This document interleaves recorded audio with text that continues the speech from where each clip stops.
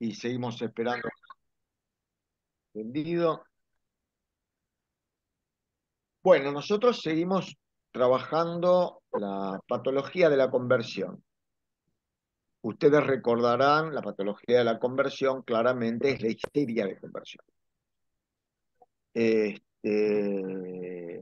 En la histeria de conversión predomina, salvo en alguna excepción, que es el caso de Miss Lucy von der R, en donde Freud habla de poca conversión. Yo después les voy a leer directamente del texto y ustedes van a ver que en esa poca conversión aparece lo que yo les decía el otro día, aparece más angustia. Es decir, la conversión es una suerte de fenómeno, es un mecanismo de defensa de la represión secundaria que va a determinar que la sintomatología de la neurosis vaya a tener... hola Diego, Lauro. Hola, Dani. Ay, hola, que no lo sé decir porque no dice el nombre. Este, la conversión va a determinar una forma clínica en donde predominantemente la motricidad, la sensitividad, la sensorialidad van a manifestar los... Quiero decirles algo, un detalle que es poco destacado acerca de la conversión y que a ustedes les va a permitir quizá entenderla mejor. La conversión es un mecanismo de defensa. Ustedes acuérdense que siempre que hablamos de mecanismo de defensa hablamos de patología. Y es un mecanismo de defensa que está relacionado íntimamente al proceso psíquico de la condensación. Ustedes saben que en el proceso primario, que es el que gobierna el inconsciente, existen dos medios, vamos a decir así, modalidades de funcionamiento, que son la condensación y el desplazamiento. En palabras de Lacan, sería la metonimia, la condensación, y el desplazamiento, la metáfora. Es decir, por decirlo de alguna forma, y aunque parezca impresionante, la conformación, acaban de entender algo que es muy importante, la conformación del síntoma histérico es a condensación, es decir, es prácticamente a pura metonimia. Los procesos de metáfora, de desplazamiento, lo va a dar la palabra, es decir, aquello que el sujeto pueda decir acerca de su padecer. Por eso, en el caso de Elizabeth von der R, que creo que ahora vamos a compartir con Moni en algunos párrafos, Freud en el historial dice que la patología de la paciente hubiera llegado hasta acá, cuenta lo que vamos a ver en relación al padre, si no fuera que yo le haya insistido en que siguiera hablando.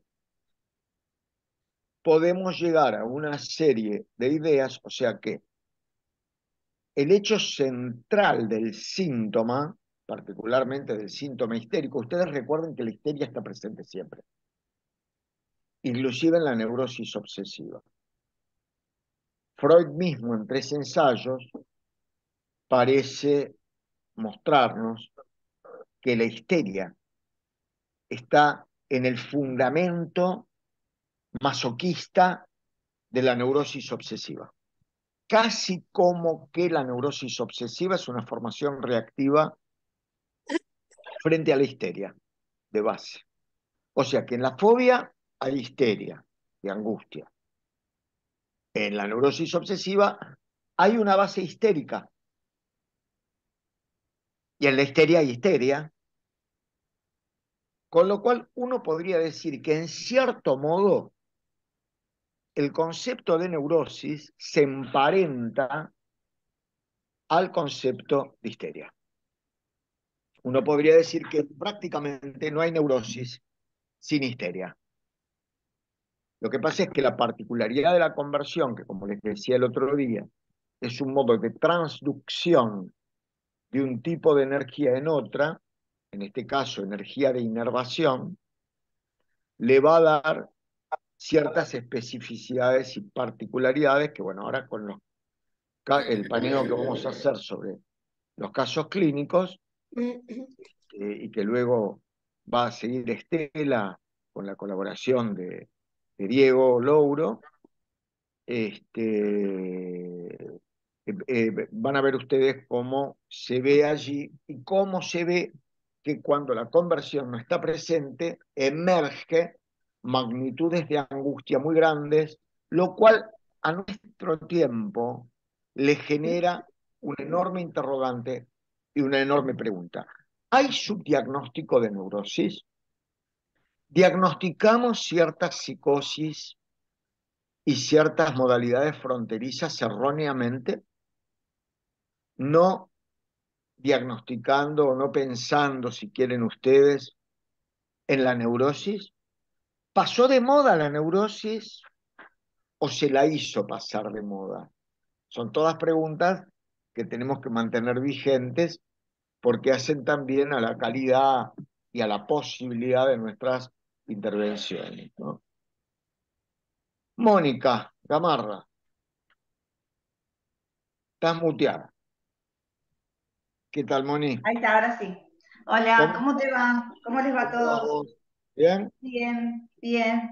Acá, ¿Qué tal? bueno, este, Bueno, Mónica Gamarra es docente del curso, este, y creo que vamos con Elizabeth von der R, el último caso y el más prolífico de esta primera parte de Freud.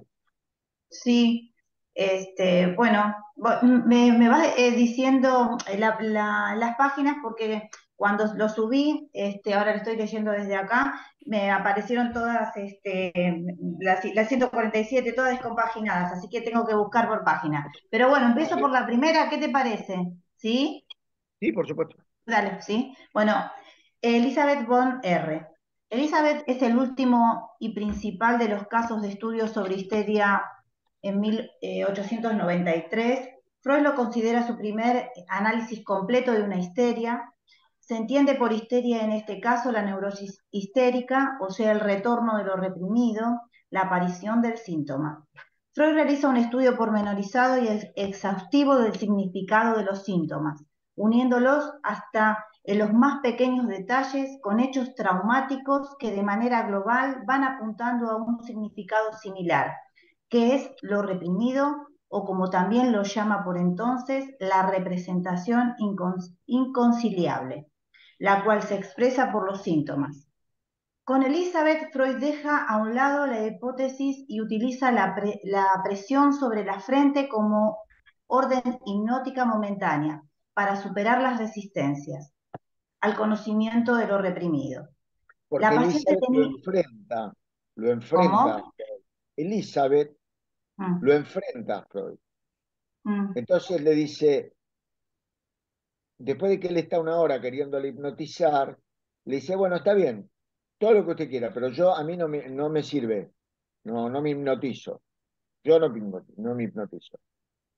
Y él agarró y le apretaba con la mano acá y hacía lo que se llamó el método de prensión. Recuerde. No recordaba nada. Cuando le sacó la mano, ella le dice, ¿sabe que me estoy acordando de un chico con el cual empezó a asociar? Sin presión. Más adelante vamos a ver que las inhibiciones, va a faltar unos cuantos años, porque estamos en 1893, de 1893 a 2023, no, 2023 no, perdón, a, a, a 1923, ¿cuánto pasaron? ¿30 años? 30 años después va a decir, el que presiona, el que obliga y que por ende hace olvidar se llama super yo. Todos dicen que el método de la hipnosis fracasó porque Freud era un mal hipnotizador. Freud era un mal hipnotizador. Pero el método de la hipnosis y de la presión, método de aprehensión, fallaron porque no hay recuerdo obligatorio. Hay que recordar, hay que darse la libertad de recordar. Por eso se llama asociación libre, nuestro método. ¿Sí? Perdón, Moni. Está buena, buena la aclaración, está buena, es verdad. La paciente tenía 24 años cuando consultó a Freud por dolores de ambas piernas y dificultad para caminar, astasia abasia, pero no parálisis. Su actitud ante el síntoma era además un típico ejemplo de belle indifference. El pellizco y la opresión de las piernas le producían una actitud entre molesta y placentera, como si fueran cosquillas, llevándola a arquear su cuerpo ligeramente hacia atrás como un mini art de circle. O decir, En esta época se hubiera dicho que tenía mi fibromialgia, por ah, ejemplo, y le hubieran dado pregabalina, que cuesta 8, 9 mil pesos, 10 mil pesos, carísimo. las 30 cápsulas. ¿Me explico? Mm. Sigamos. No estoy diciendo que no existe la fibromialgia, queda claro, está demostrada, tiene ejes centrales, pero hay un exceso de diagnóstico que por casualidad nada más es seguido de un exceso de medicalización. Casual, nada más. Es casual, la gente no va a hacer las cosas a propósito para que se vendan más psicofármacos. Mm. Congreso de Psiquiatría acá en Mar del Plata, nadie va a pensar que se van a hacer las cosas para que los laboratorios vendan más fármacos. Pero Mm. bueno, da la casualidad que hoy pasa esto. Digamos, Es verdad, es verdad. Bueno, hacía poco había fallecido su padre y una hermana casada. La hermana tras un parto por una vieja dolencia cardíaca. Era la menor de tres hijas mujeres y estaba muy apegada al padre. Su madre padecía una afección ocular crónica. Elizabeth era inteligente, algo impertinente y respondona, eh, para el ideal social femenino de la época. En ese sentido, estaba descontenta con ser mujer, era ambiciosa, quería estudiar o aprender música, se indignaba entre la idea de sacrificar en un matrimonio sus inclinaciones y libertad de su juicio. El fíjate, padre, Mónica, vos que sos tan afecta y conocés tanto la lectura de Lacan, acá lo que destaca Valls en este resumen, ella estaba descontenta con el hecho de ser mujer. Pero lo que hay que tratar de encuadrar es que la conceptualización de esta cuestión que Lacan va a llamar la pregunta femenina, que es ser mujer, aparece mediatizado que si ella no respondía, no era impertinente, era calladita la boca, respondía al modelo de mujer de la época. Entonces ella no dice yo soy distinta, yo tengo otro modelo, me siento de otro modo. Ella lo que dice es no quiero ser mujer, pero porque está partiendo de un modelo rígido. ¿Se entiende lo que quiero decir? Para la época. Acuérdense la frase de Hegel. ¿Sí? Sigamos. sí, eh, bueno, entonces el padre se había grabado de una Perdón, dolencia. otra cosa, ¿no? Me parece que también sería importante. No quiero ser mujer, bueno, todavía vos, más adelante, Mónica, vas a decir qué le pasa a ella como mujer. Porque a la mujer se le arma un lío bárbaro, Con el tema de un matrimonio de alguna precisamente manera tiene que obligado. reprimir, Sí, porque es sí. mujer, tiene que reprimir algunas cosas. Entonces, hay que ver qué significa. Esto también es importante. Cuando un paciente dice algo, ¿no? Dice, no quiero ser mujer. ¿Qué Mm. quiere decir no querer ser mujer? Los ¿Por qué mandatos, no? sí. Mm, Claro, claro. sí. Todo depende de la asociación, porque a veces uno da cosas por supuestas Ujú, eh, ujú. y que cuando empieza a preguntar, en realidad no tiene nada que ver con lo que uno suponía. Entonces, esta chica dice, no quiero ser mujer. Bueno, ¿qué quiere decir no quiero ser mujer? ¿Tiene que ver con la pregunta femenina o no quiero ser mujer porque si soy mujer me pasan algunas cosas que no me Sí. pueden pasar? Sí, sí, ¿No? no creo que sea en el sentido de lo que hoy se entiende como que ella quería cambiar el género, de ninguna manera, se No, no, no. entiende desde otro lugar, se entiende desde lo que dice Estela más bien, ¿no? Mm. Estos mandatos culturales, sociales de la época que de alguna manera no condecían con su personalidad, o sea, ella más bien era una mujer distinta, ¿no? Y se plantaba distinta en Sí. ese momento, que no creo que haya sido fácil tampoco, ¿no? Por un Es, lado, y por otro lado, el ser mujer la enfrenta a ella con un amor prohibido. ujú, ujú, tal cual. Aparte quiero Así que hacer una bueno, ahí tenemos aclaración. tres vías de no quiero, ¿por qué? De una pregunta, es no quiero ser mujer. Y tenemos tres vías diferentes. Ujú, En realidad esto si quisiéramos lo podríamos profundizar mucho. Yo quiero, como les digo, ¿no? Que nos inundemos de clínica, pero presten atención en función de lo que está señalando, que leía Moni, de Freud. Este no quiero ser mujer está precedido por un no. Si nos vamos a 1925, al artículo de la negación, vamos a ver que todo aquello que es negado es afirmado, en realidad, ¿no? Entonces, en realidad, uno podría decir que hay un deseo de feminidad que aparece objetado por ella. Ese no es más una objeción que una moción de deseo, porque el no, cuando aparece en términos del deseo, se tacha y uno podría perfectamente decir, desde la época de ella, a pesar de todo esto, yo quiero ser mujer. sí, sí. O uno podría decir, quiero que este sea mi modelo. Elu, una cosita, mandé una foto a Emma sobre Astasia Abasia, que leímos antes, que es un cuadro. Después, al final de Elizabeth, lo ponemos para que se diferencie de la parálisis. Es un Parálisis. cuadro Ah, está bien. psiquiátrico Sí, interesante para ver y hay una foto ahí.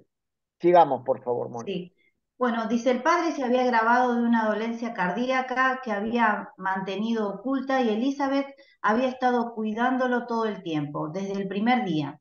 En esa época, Perdón, ¿se acuerdan que acaba de leer Moni hace 2 minutos, que la hermana, escuchen como escucha un analista, ¿qué le pasaba al padre de que falleció? ¿Por qué? Una dolencia cardíaca. cardíaca, Y y Freud la nos hermana dice también. que la hermana Ah, padecía una vieja dolencia cardíaca. cardíaca, Es sí. la dolencia cardíaca de algún modo relaciona al padre con la hermana. En el psiquismo, dolencia cardíaca, no dolencia cardíaca, se le cayó una heladera en la cabeza, no importa. Hay un vínculo entre el padre y la hermana. ¿Entienden? Mm, Un analista acá para la oreja. Cardíaca, cardíaca. Después vemos cuál es el nexo que ella puede suponer entre el padre y esa hermana. Así escucha un analista. Escucha repeticiones en la palabra. Digamos. sí. Eh, bueno, el padre falleció después del año de luto, la hermana mayor se casó con un hombre talentoso y trabajador, pero con el que Elizabeth no se llevaba bien y con el que discutía por el cuidado de su madre enferma. En esta época, Elizabeth se sintió desvalida e impotente para ofrecer a la madre un sustituto de la dicha perdida. Al poco tiempo se casó la segunda hermana. El nuevo cuñado, hombre cordial, reconcilió a Elizabeth con la institución del matrimonio. Vivieron cerca de la madre y tuvieron un hijo que nuevamente hizo feliz en esos días a la hora abuela. En cierto momento hubo que realizar una operación ocular a la madre de Elizabeth. En la convalencia se reunieron las 3 familias en un lugar de veraneo y hacia esa época estallaron los dolores de Elizabeth y su dificultad para caminar. Como aparecieron tras una larga caminata por los alrededores, los atribuyó a un exceso de fatiga o un enfriamiento. En adelante, Elizabeth fue la enferma de la familia. Mientras tanto, la segunda hermana había quedado nuevamente embarazada y su estado no evolucionaba bien.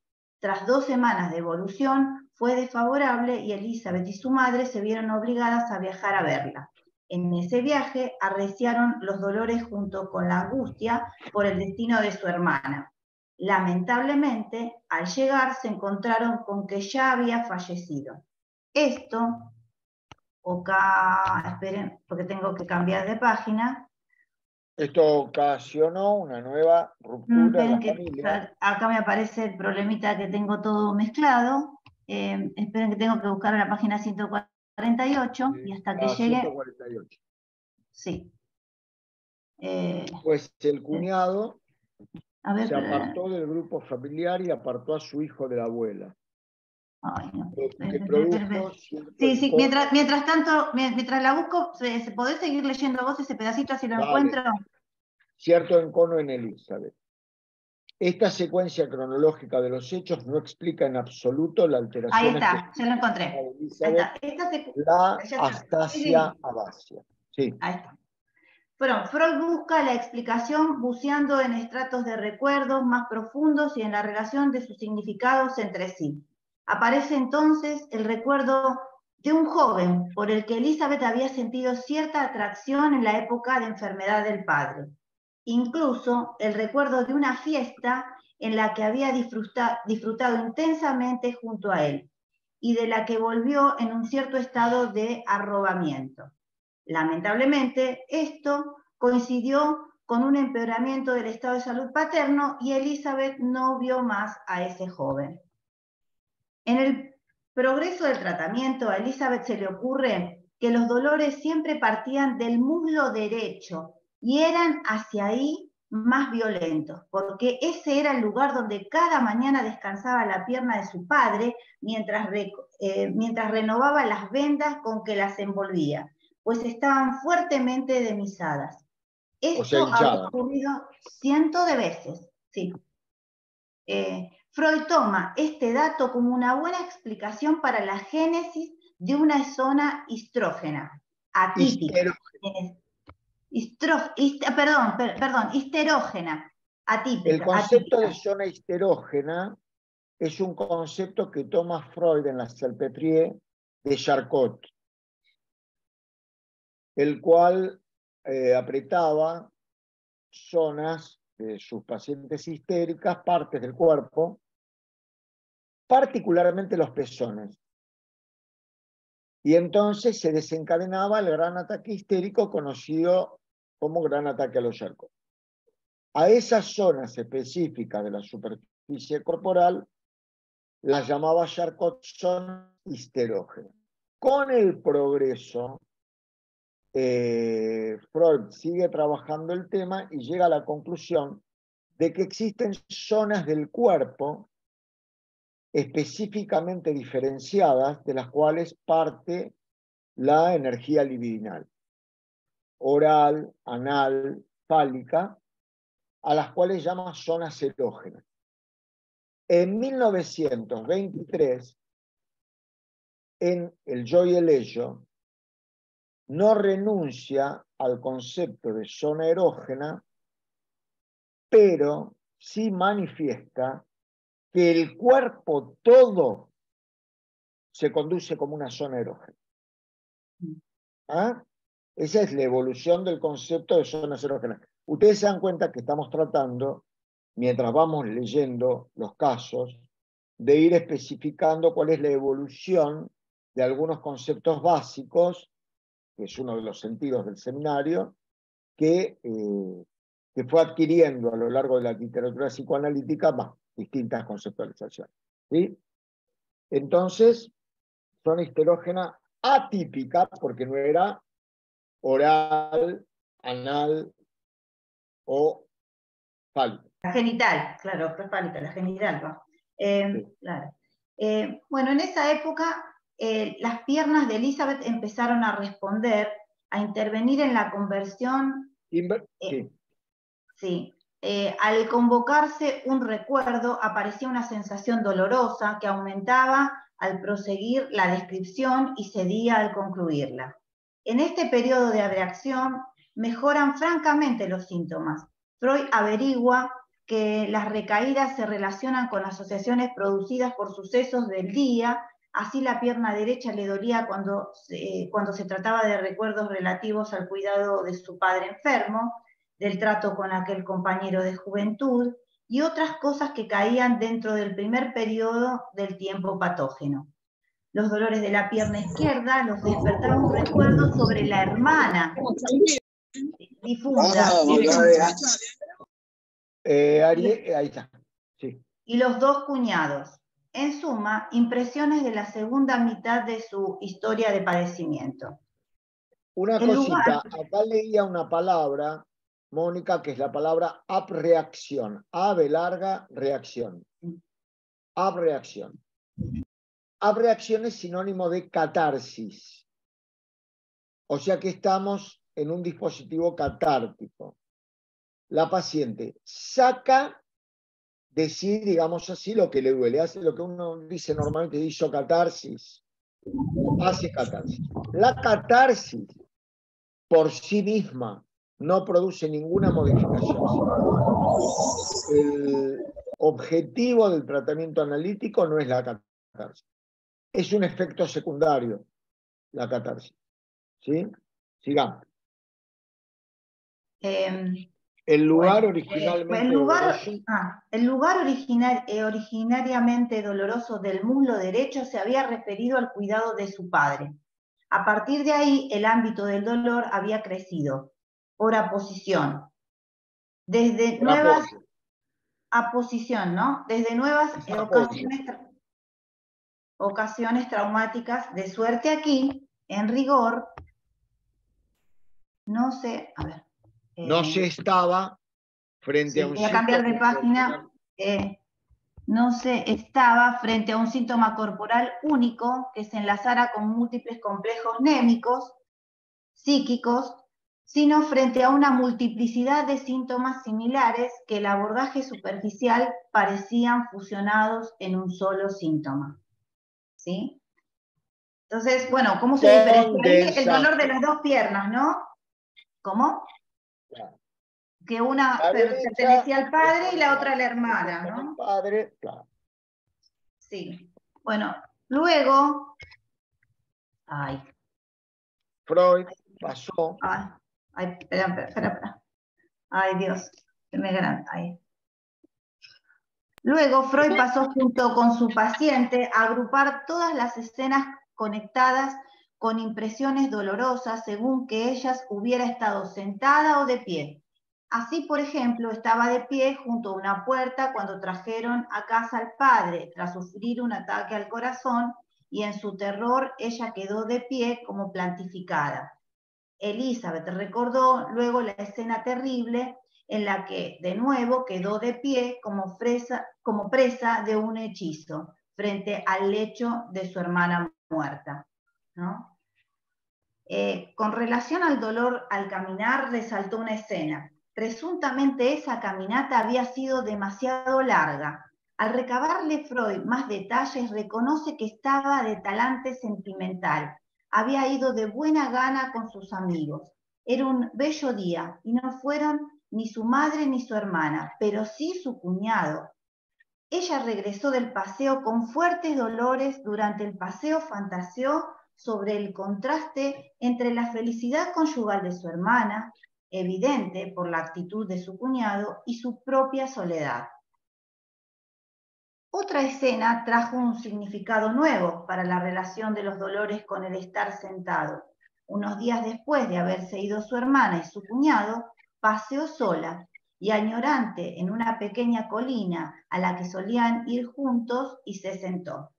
Volvió a pensar en su soledad, el destino de su familia y el ardiente deseo de ser feliz como lo era su hermana.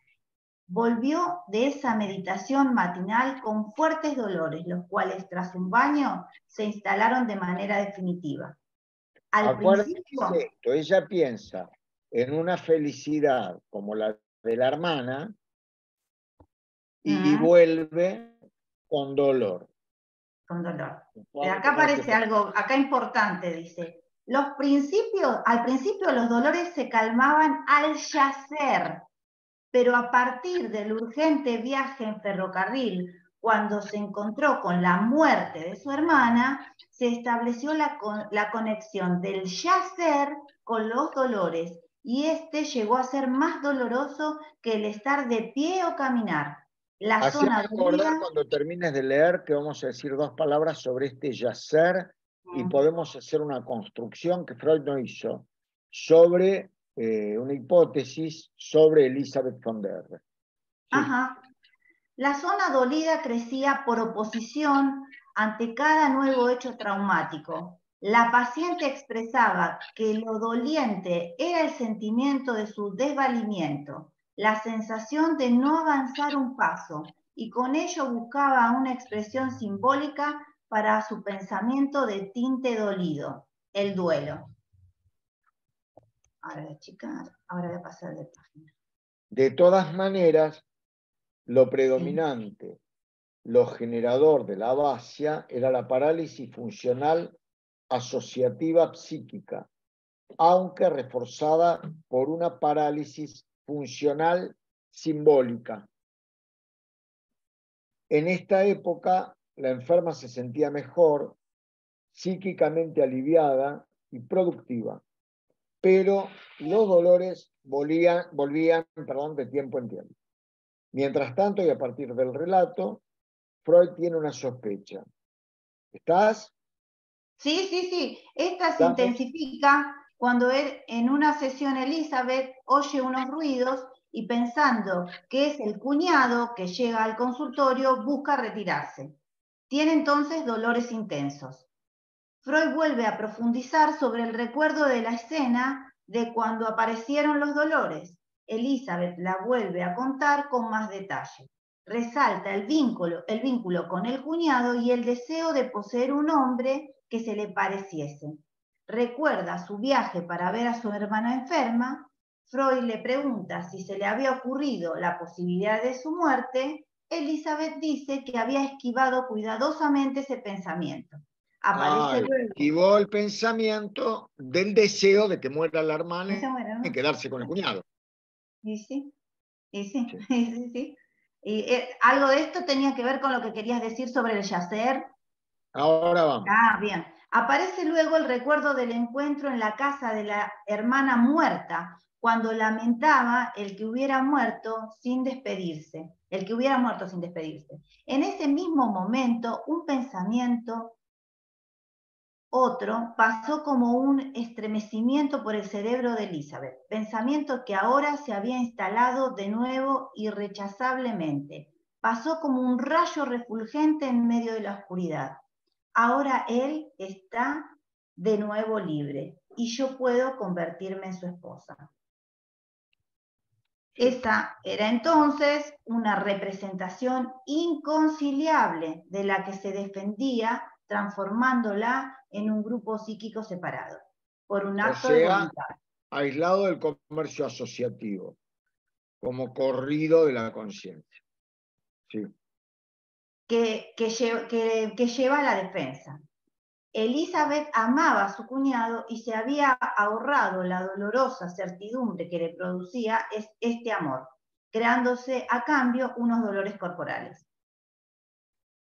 La resistencia de ella repetidas veces había contrapuesto a la reproducción de escenas de eficacia traumática, correspondía realmente a la energía con la cual la representación inconciliable había sido esforzada afuera de la asociación.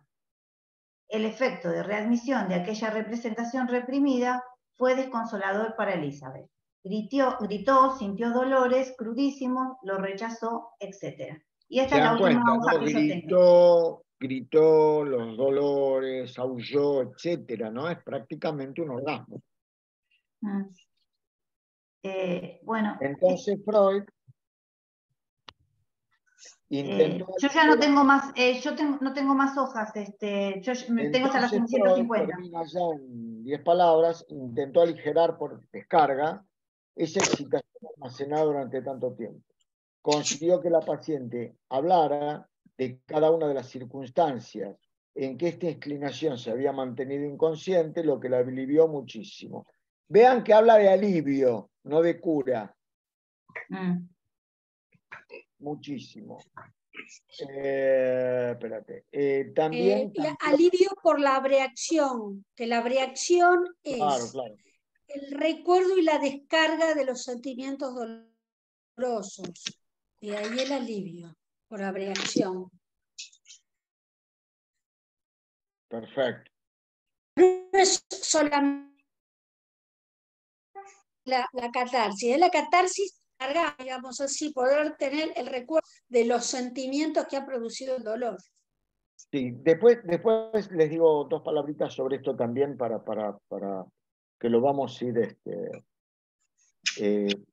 trabajando. También tanto en la realidad familiar, para saber hasta qué punto tenían posibilidad de hacerse reales los deseos de la paciente, Elizabeth ya no tenía síntomas y le fue a dar alta. Bueno, dos palabras antes de, ¿dónde estás, Diego Orellano? A ver. Estoy aquí. Bueno, antes de eso les quiero decir algo que no cierra del historial y que es una pieza que evidentemente falla también, que tiene que ver con esto, después de haberla pasado bien un día, en donde estaba la presencia del cuñado, volví a la casa, sentía dolor, y dice, al yacer es un término que tiene que ver con acostarse, pero que también se utiliza mucho para la relación sexual. En la mitología, por ejemplo, uno lee que cuando tal diosa yació con tal dios, yacieron, es una terminología de acostarse, pero muy habitualmente de un acostarse que tiene una connotación sexual. Cuando Freud dice que al principio los dolores calmaban, pero luego expresaba su dolor y su desvalimiento, a mí me parece que hay una pieza allí que falta y que redondearía un poco tanto la sintomatología de la paciente cuanto el por qué en el yacer calmaban los dolores. A mí me parece que en ese yacer habían fantasías masturbatorias o masturbación. Esas fantasías masturbatorias generaban seguramente, o esa masturbación definidamente, no nombrada, muy probablemente por el mecanismo que compartíamos recién entre Mónica y Estela, estábamos charlando, la reacción, la descarga, calmaba el dolor, porque había una descarga. Ahora luego esa descarga se trata de algo insuficiente. Entonces retorna el dolor. Me parece que este fragmento es probable que haya sido así. Muy probablemente ocurrió, que es el que acompaña las construcciones en psicoanálisis, da una pauta. ¿Y por qué yo decía respecto de la masturbación? Porque en el exceso de la masturbación compulsiva se produce muy habitualmente una manifestación a la cual en aquella época, y que nosotros hemos olvidado mucho, se la ha denominado y se la denomina neurosis de angustia, que explica una parte de la sintomatología de nuestra paciente. Entonces, bueno, no quería dejar de decirles esto, del mismo modo que ratificar que tengan en cuenta cómo se produce el síntoma conversivo por condensación. ¿Cómo? ¿En qué otro fenómeno de la vida psíquica normal en donde predomina la condensación? en el sueño. Es decir, la estructura del síntoma histérico tiene la estructura de un sueño. La interpretación del síntoma histérico es la interpretación de los sueños. ¿Me explico? El mecanismo de condensación, ustedes saben, y desplazamiento, está dentro de lo que se denomina el trabajo onírico. Bueno, Emma la leímos, Emifon N creo que la leímos la otra vez. Nos va a quedar, que quiero que lea cortito, es Diego Orellano, Rosalía, que aparece en el historial, entre medio del historial de Elizabeth von N. Vamos con más síntomas. ¿Vamos, Diego? Sí, lo estoy buscando. Rosalía H. Lo estoy buscando, acá está. Rosalía Creo H. que no era Amra, pero era Rosalía H. Bien. Bien, ¿empiezo? Sí. Rosalía H., paciente mencionada por Freud en los estudios sobre la Un poquito más histeria. fuerte. A ver, voy a cambiar de micrófono. Dale. Sí, va mejor.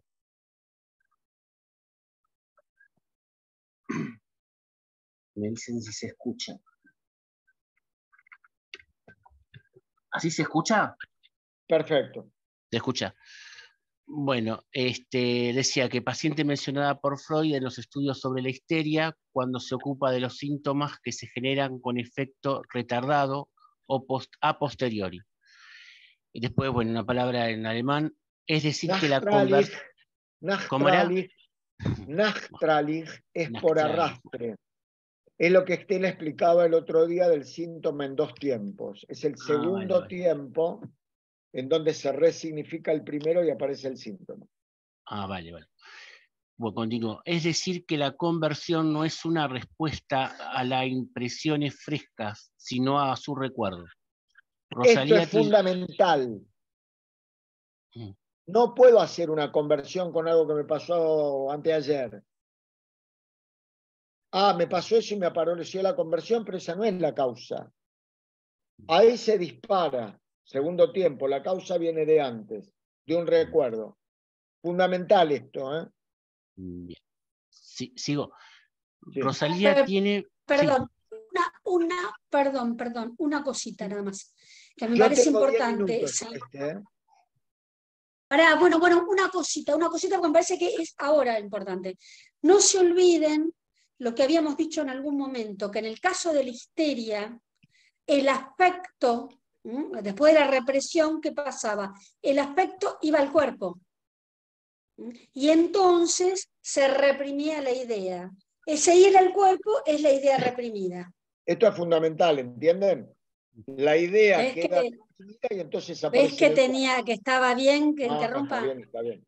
Pero como te conozco, yo por si acaso me adelanto. Entonces, es muy importante esto que dice Estela, ¿eh? Va de la idea al cuerpo. La idea queda reprimida, pero de alguna forma aparece en el cuerpo. Por eso nuestro trabajo es de investigadores, ver cómo reconducir del cuerpo a las ideas. Sigamos. Rosalía. Rosalía tiene 23 años y aprende canto.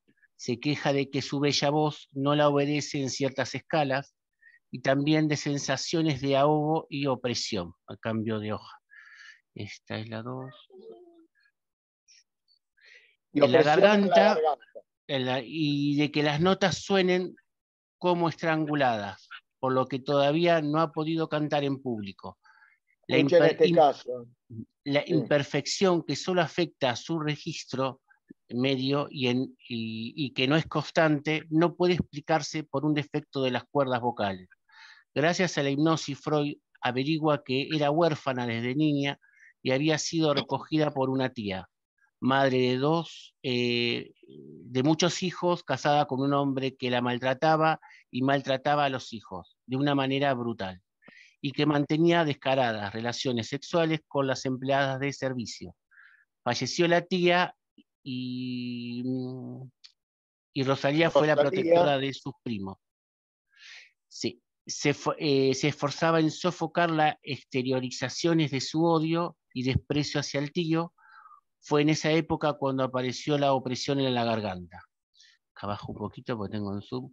Con posterioridad tuvo un maestro de canto que la alentó y con quien tomó lecciones en secreto. Como a menudo llegaba oprimida por las escenas hogareñas, se consolidó un vínculo entre el cantar y la parestesia histérica. Incluso después de abandonar la casa de su tío, siguió la opresión de la garganta, principalmente al cantar. Freud trató de abrexionar su odio al tío invitándola a insultarlo en la sesión y cosas similares, lo que le hizo bien. Mientras tanto, sí. Mientras tanto pasó a ser huésped en casa de otro tío, lo que disgustó a su tía, quien pensaba que su marido tenía especial interés por Rosalía y trató de arruinarle a esta su estadía en Viena. Además, le envidiaba las inclinaciones artísticas, por eso la sobrina no osaba cantar ni tocar el piano si su tía estaba cerca. Como vemos, mientras Freud progresaba en el análisis, se iba creando nuevas situaciones de excitación. En esos momentos apareció un síntoma nuevo, una desagradable comezón en la punta de los dedos. De la mano la producía los movimientos como de papirotazos. Para sorpresa de Freud, quien pensaba que el análisis de un síntoma reciente resultaría fácil, surgió entonces una serie de recuerdos de escenas de la primera infancia, los cuales tenía algo en común. Ella había tolerado una injusticia sin defenderse. Su mano podría haber actuado y no lo había hecho en ese entonces. Ahora cambio de hoja. Es la 4. Luego apareció otro recuerdo con el primer tío. Este le había pedido que lo masajeara en la espalda y mientras ella lo hacía se destapó, se levantó y quiso atraparla.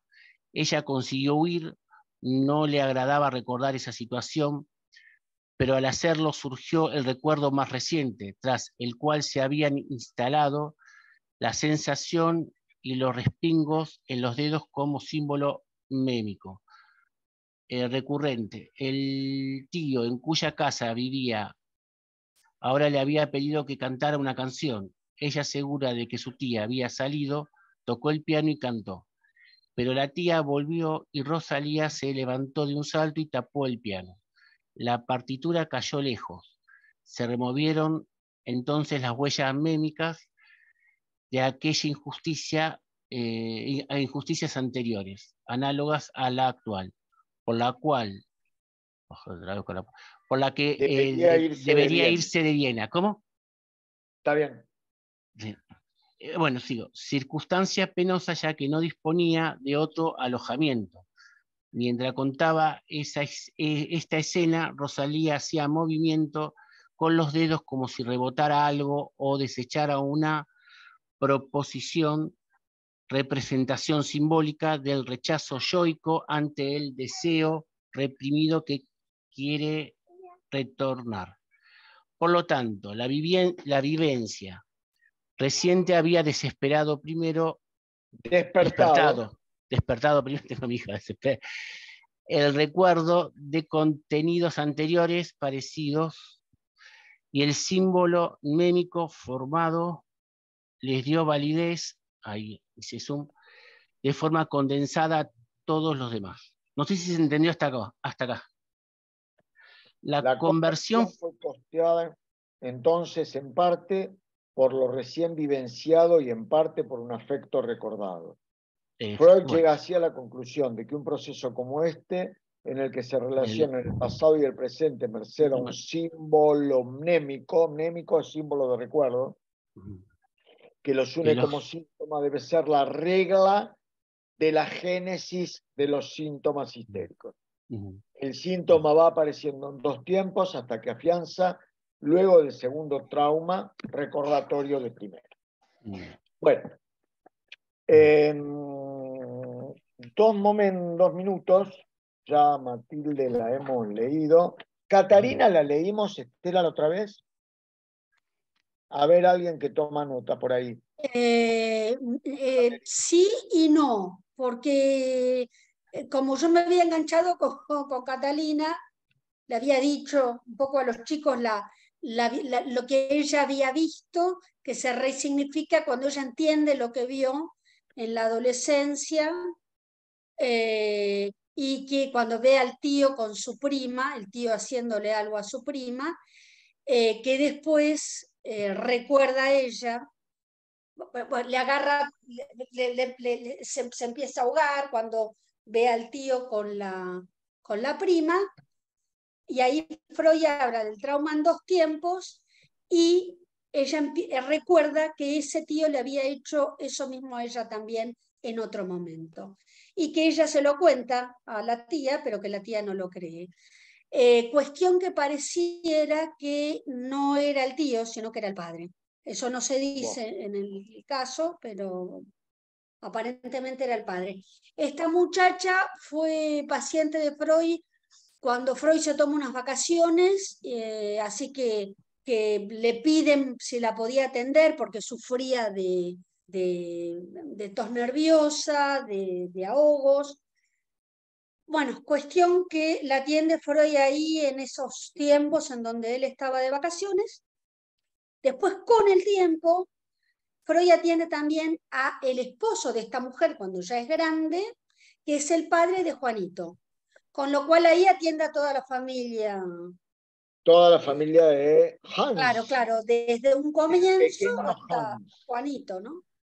Bueno, les cuento. A ver, lo único que yo tengo para agregar de lo que dice Estela es que en este caso Freud demuestra que, a diferencia de muchos otros casos, la angustia de Catarina, casi puso un cuadro, no sé cómo sacarlo, ahí está, de Catarina. Estás muteado. Estás muteado. Ahí está. Que a diferencia de lo que les explicaba antes, la angustia de Catarina no es una angustia por falta de descarga sexual, sino que es una angustia histérica.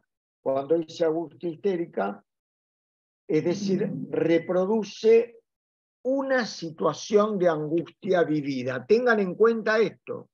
Está bien. La angustia que muestra un paciente puede ser de él o de ella, o puede estar representando la angustia de otro.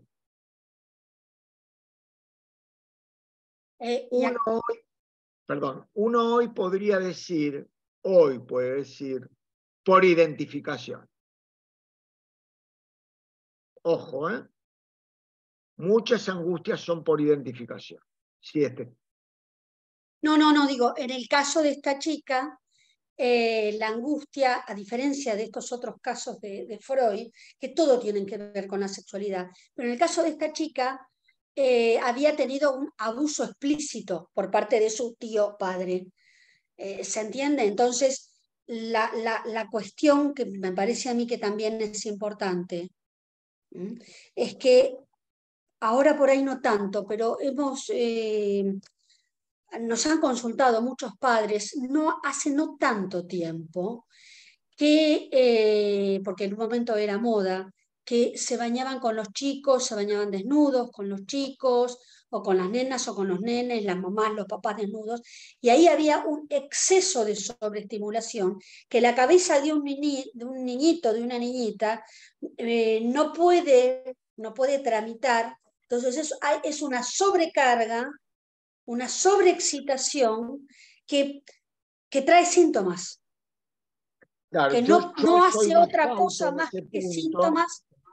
También digo que depende de la intención, porque digamos, también hay veces una intención de juego lúdica que Sí, deja sí, por está bien, lado. pero estaba como normalizado el tema de lo natural y del baño, digamos, y de la desnudez de toda la familia, y que todo eso en un infante, digamos, chiquito, no puede ser tramitado.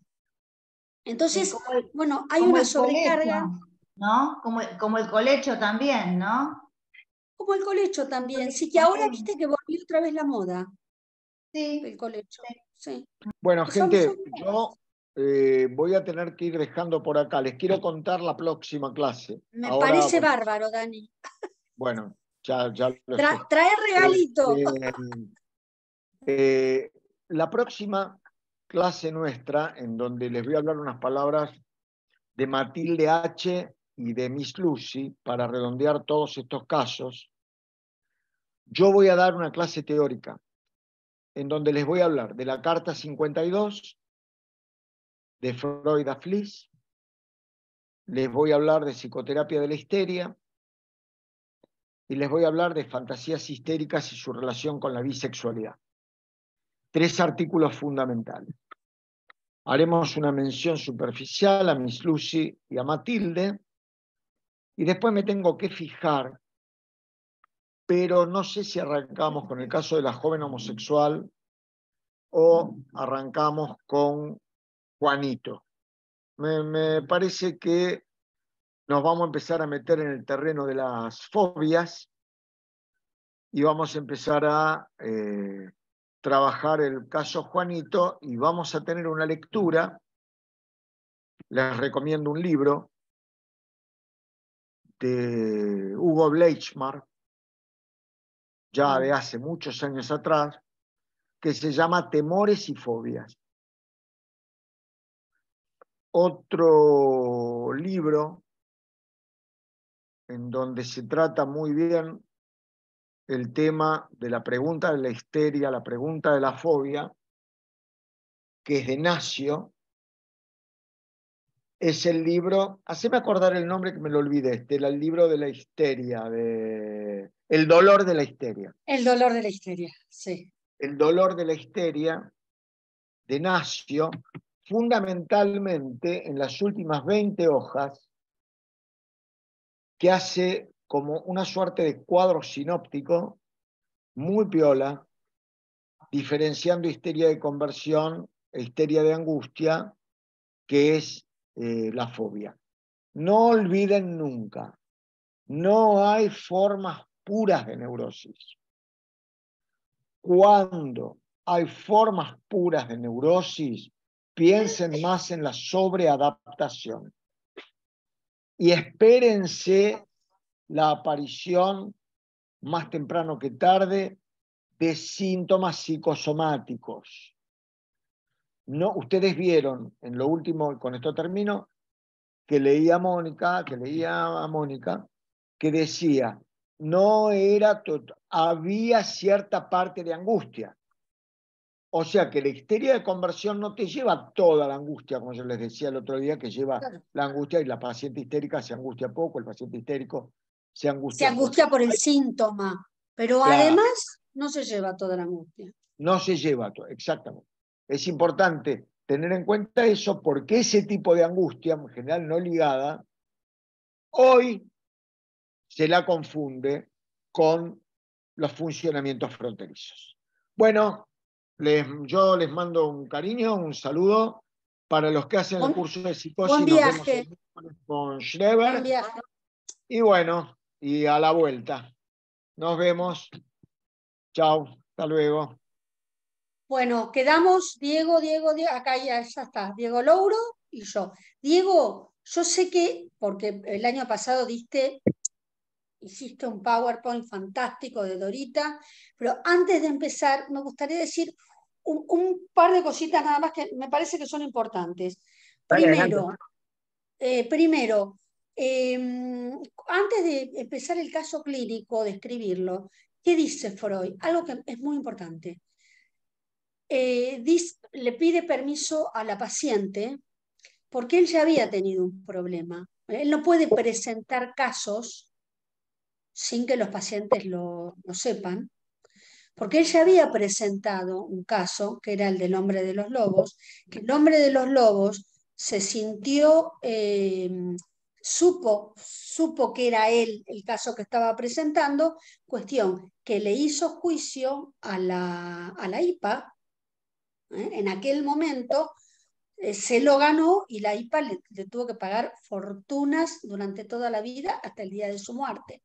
Entonces lo que dice Freud acá es que hay que tener mucho cuidado con el tema de la presentación de los casos clínicos, de tal manera de que él entonces dice que le va a cambiar el nombre a la paciente y que va a cambiar algunos datos como para que este caso pueda ser presentado clínicamente. Bueno, que de hecho es lo que hacemos cuando tenemos que presentar a algún paciente, en donde se cambian casi todos los datos más importantes como para, bueno, que se presente una situación y no un paciente en particular, ¿no? Así que esto me parece que es muy importante porque tiene que ver con nuestra clínica, por un lado. Después otra cosa, este es un análisis que duró muy poco tiempo, porque duró 3 meses. Dora tenía en esa época 16 años, era chiquita, era una niña chiquita. Lo interesante de esto es que Freud presenta un caso, que hay que ser valiente para hacerlo, un caso de un tratamiento que fracasó, digamos, que la paciente se abandonó, se fue del tratamiento, ¿no? Y yo creo que la paciente se fue del tratamiento cuando Freud le hace un par de interpretaciones transferenciales, en fin, respecto de él, de que él fumaba, de que el padre de la paciente también fumaba, pero dice, no sé si vos coincidís conmigo, Diego, en esto, en la lectura del caso clínico, dice varias veces, interpreta de una manera, pero a la vez también sostiene otro tipo de interpretación que es la que después va a agarrar Lacan y le va a dar una vuelta. Y que yo creo que, yo no soy lacaniana, pero me parece que en ese sentido Lacan no estaba tan equivocado. Pero bueno, vamos a Freud. Acá vamos a leer el caso clínico, digamos así, de Freud, y después en todo caso le daremos resaltaremos, digamos, algunas cositas que después tomó Lacan y que cambian un poco la interpretación del caso de esta chica. Y bueno, lo resaltaremos como para verlos y ver que quizás si se hubiera interpretado por esa vía, y quizás no hubiese dejado la chica. Me parece que ahí Freud se contratransferenció mal y empezó a ver qué le pasaba en realidad a él con esta chica. Es interesante ver acá también cómo hace una descripción de la historia de esta chica, de la familia de esta chica, de los tíos de esta chica, de las paratransferencias también, ¿no? Eso está antes del cuadro clínico, digamos. Bueno, yo por ahí te vaya interrumpiendo en algunos momentitos. En todo caso, ahora cuando vos empezás, le voy a mandar a Emma y a Lu la foto de Dora, de la Dale, paciente Dora. ¿Mm? Bueno, dale. listo. Seguí vos y yo te voy Dale, interrumpiendo. bueno, gracias por la introducción. Es verdad que hace 2 años ya hicimos una clase en este curso sobre Dora y transferencia, con lo cual ya que estamos, pasemos el chivo de que Apanra tiene la página de YouTube y que todos están invitados a ingresar, a suscribirse y buscar cualquier clase, incluso estas, si ponen Apanra Dora y transferencia les va a aparecer. Y bueno, un poco la idea de Estela, no sé si estás de acuerdo, pero contar un poco el caso clínico y conversarlo un poco, más que, Dale, que exponerlo, así que interrumpime las veces que hagan necesario.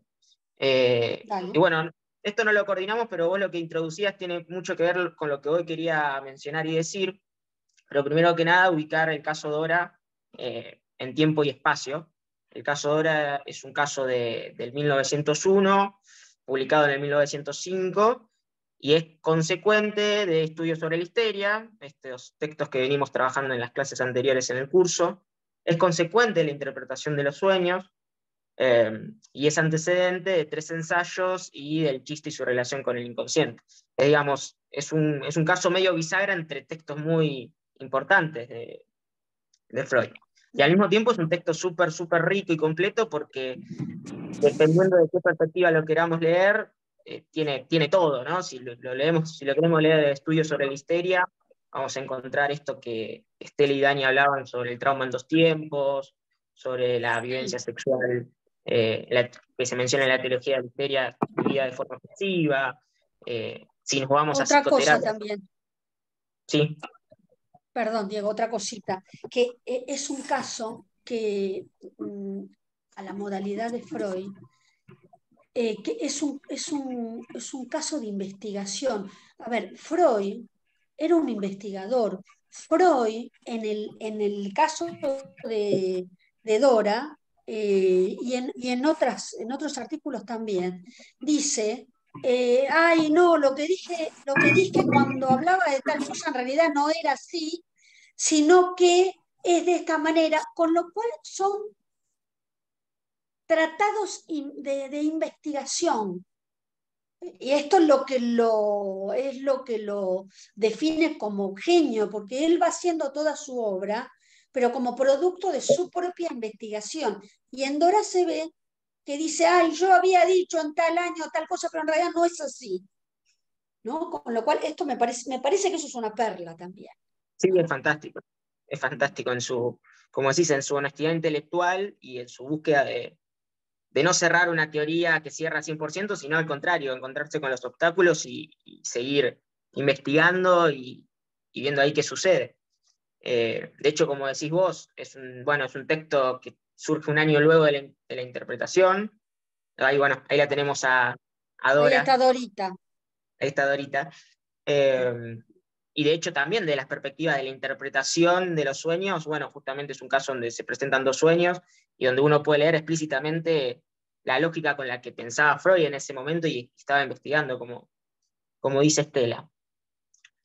Pero antes que nada me gustaría empezar por el final de este historial, de un concepto que también es muy importante, que viene al caso, porque bueno, hoy lo hablamos mucho, pero además en estudios sobre la histeria ya lo anticipa, que tiene que ver con este vínculo entre paciente y terapeuta, y esto que adelantaba introductoriamente Estela, que ya en psicoterapia de la histeria, al final, las últimas hojas ya menciona como obstáculo, y lo Eso menciona. fue un fallido. Sí, Psicoterapia de la porque Estela fue un fallido. no sé qué quise decir, después lo vemos en la eh, Y al final de este texto de psicoterapia de la histeria, ya Freud habla del vínculo terapeuta-paciente y lo menciona como obstáculo. Y en el apartado 4 de este historial, básicamente se dedica a hablar de la transferencia y quiero puntualizar algunas cuestiones que definen este momento de la obra con respecto a la transferencia. Y dice que las transferencias son reediciones, recreaciones de las emociones y fantasías. Son una serie de vivencias psíquicas anteriores reactualizadas sobre el analista.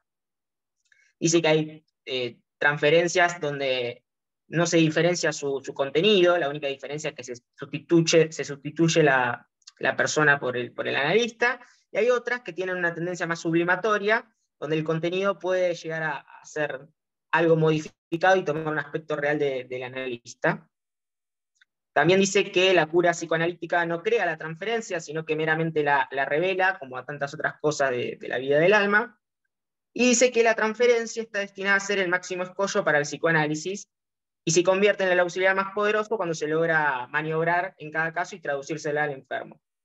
Y Perdón, además, perdón, perdón. Ahí dijiste algo muy importante, que lo hemos hablado muchas veces, pero no sé si todos lo saben.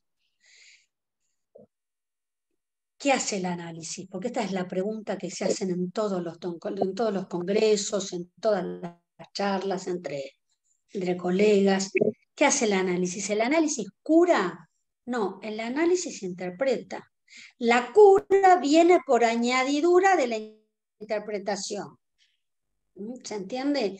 Hoy por hoy, igual, de todos modos, uno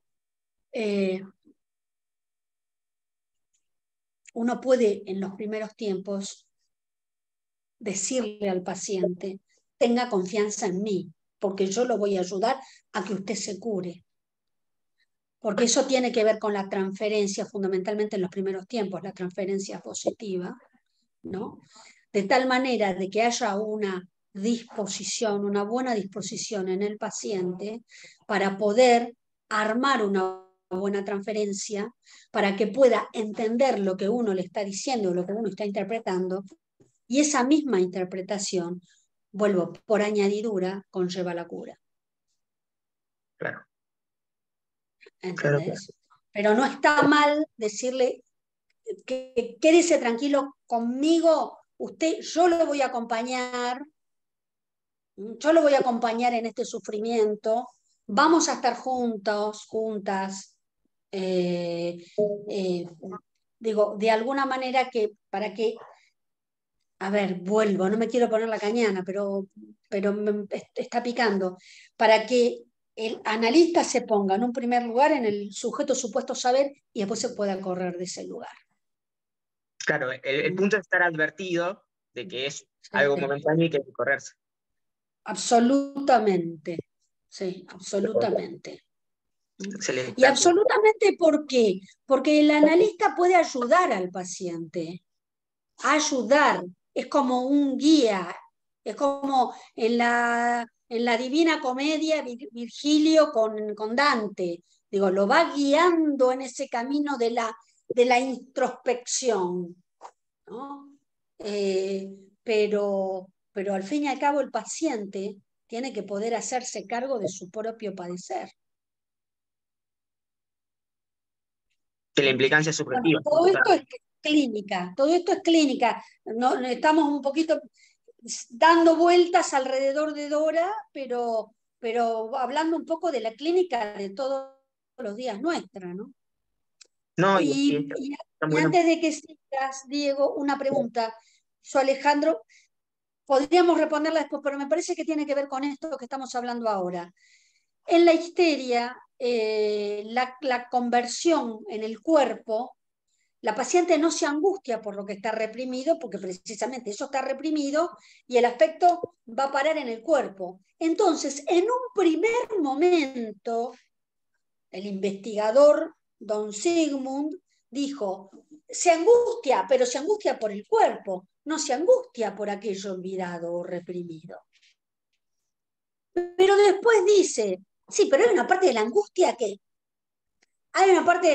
que igual sigue insistiendo. Inclusive en la sublimación. En la sublimación, el artista sublima y pone toda su pulsión de muerte, digamos, la proyecta en la obra y la obra le devuelve autoestima. Pero siempre hay un poco de angustia que queda sin ligar, y eso es después lo que puede llegar a suceder y que de hecho sucede en muchos artistas plásticos, en muchos artistas en general, que se vuelve contra el propio yo. Pero no metamos en la sublimación porque... Es un tema que da para mucho. Sí, no. No, y un comentario más de esto último que decías de la angustia, que no es total, que ya en la interpretación de los sueños, Freud cuando habla del sueño, pero también se puede traspolar al síntoma, como decís vos, conversivo, nunca el recuerdo o el síntoma va a tener la carga afectiva de la vivencia originaria. O sea, va a tener una carga afectiva, va a ser una descarga, pero no va a ser en su totalidad. Y esa es ese resto, esa angustia libre que estás ubicando vos, y que no se tramita totalmente por lo aromático o el suelo. Totalmente, totalmente. Yo creo que, bueno, un poco como empezó Daniel, yo creo que a la histeria se la subestima mucho, como les decía la vez pasada. Son personas que están sufriendo, sufriendo en serio y de verdad. Ay, bueno, no puede caminar, ay, le duele la pierna, oh, bueno, es una histérica esta. Y es una persona que está sufriendo, porque no puede poner todo en el cuerpo, toda la angustia en el cuerpo. Hay una parte de angustia que queda liberada y es de mucho sufrimiento.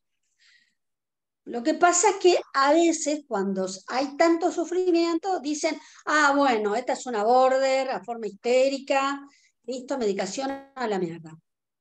Pero yo creo que se está tapando mucho los cuadros histéricos en este momento. Hay histerias que son graves y me parece que se los está tapando un poco y bueno, se lo ponen en patologías border y que bueno, me parece que habría que repensar un poco más eso. Pero bueno, seguí. No, qué bueno, Estela. Bueno, justamente vos, Dani, al principio también mencionaba algo similar y podamos retomarlo al final del caso para charlarlo, porque me parece muy interesante llevarlo a la clínica actual, ya que estamos inundados de clínica, para pensarlo en la actualidad.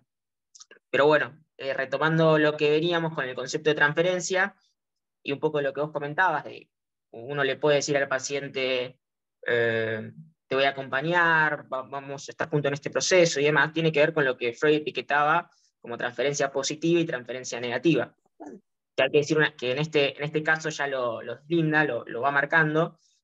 Que sea positiva y negativa no quiere decir que una sea buena y otra mala, o que una es mejor y otra peor, sino que Freud Bien. etiqueta lo positivo y ubica dos modalidades de transferencia, que es la tierna como motor de análisis, que es esto que marcaba Estela, de te vamos a acompañar, de ponerse en ese lugar para después correrse, pero que termina siendo un motor de análisis, y que al mismo tiempo puede venir ese motor de análisis por parte del analizado, ya sea porque viene con una demanda de análisis, porque asocia, porque trae sueños al comienzo, algo muy similar que sucede en Dora, que está como trae sueños, puede asociar y trae muchos recuerdos.